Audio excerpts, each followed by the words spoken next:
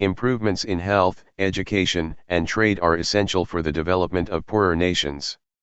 However, the governments of richer nations should take more responsibility for helping the poorer nations in such areas. To what extent do you agree or disagree with this opinion?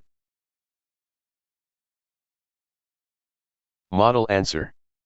Many underdeveloped countries nowadays face serious problems trying to provide their citizens with decent education and health facilities, as well as in other areas like trade.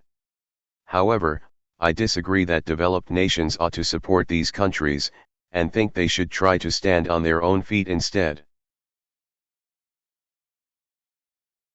It is usually possible for poor countries to raise enough money to overcome their predicaments, since the source of their shortcomings is usually deep corruption and domestic mismanagement, which have resulted in their funds being embezzled by dishonest officials and their affairs in areas like education, health, and trade run by unqualified authorities.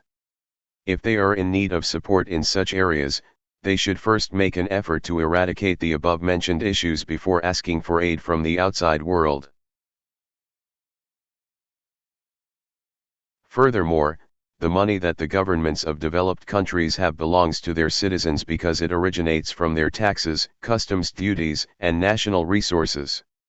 It should therefore be spent on providing better facilities like health centers and universities, and improving business environments for their own citizens, not for people living elsewhere in the world.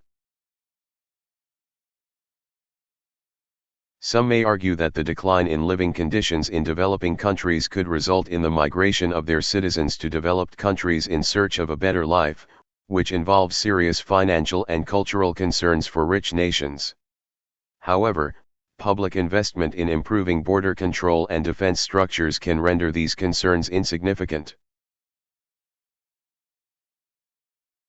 In conclusion, I think developed countries should not aid poor countries, as their funds should be invested in the betterment of life for their own citizens.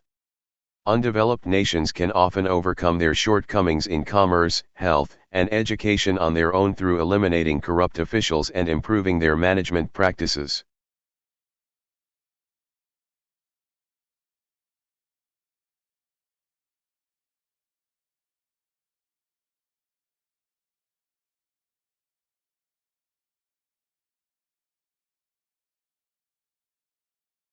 Please like and subscribe.